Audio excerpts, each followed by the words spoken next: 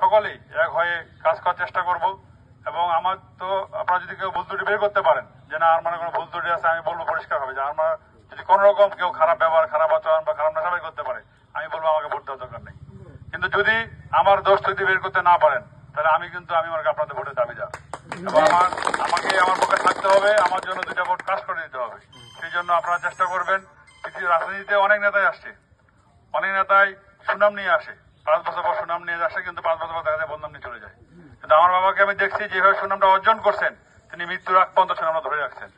তার একমাত্র ছেলে হিসাবে আমি বলতে চাই সেই সুনামটা আমি ধরে রাখতে চাই। আপনারা যদি আমার পাশে থাকেন, আমি ইনশাআল্লাহ এই সুনামটা ধরে রাখবো। আপনারা সবাই পাশে থাকবেন তো আমার নাকি? ইনশাআল্লাহ আপনারা যদি আমার পাশে থাকেন, আমি এই সুনামটা ধরে রাখে সামনের দিকে আগাতে চাই। যদিও আমরা এই শোককে এখন কাটিয়ে উঠতে পারিনি, 4.5 মাস হলো আরো চলে যাওয়ার, সেই শোককে শক্তি অর্জন করে আমি সামনের দিকে আপনাদের হাত ধরে আগাতে চাই। আপনারা সবাই আমার সঙ্গে থাকবেন তো নাকি? ইনশাআল্লাহ আমরা এই নির্বাচনে 21 তারিখ পর্যন্ত আমি মনে করি সবারই ঘুম হারাম হতে হবে।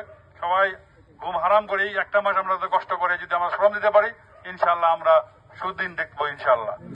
তো সকলকে আবারও আমি একটু ক্ষমা চাই নেবো, অনেক দেরি হয়ে গেল, অথবা অনেকেই ক্ষুধা রাখছে, অনেকেই অনেক কাজ থাকা সত্ত্বেও আপনারা এখানে আসছেন।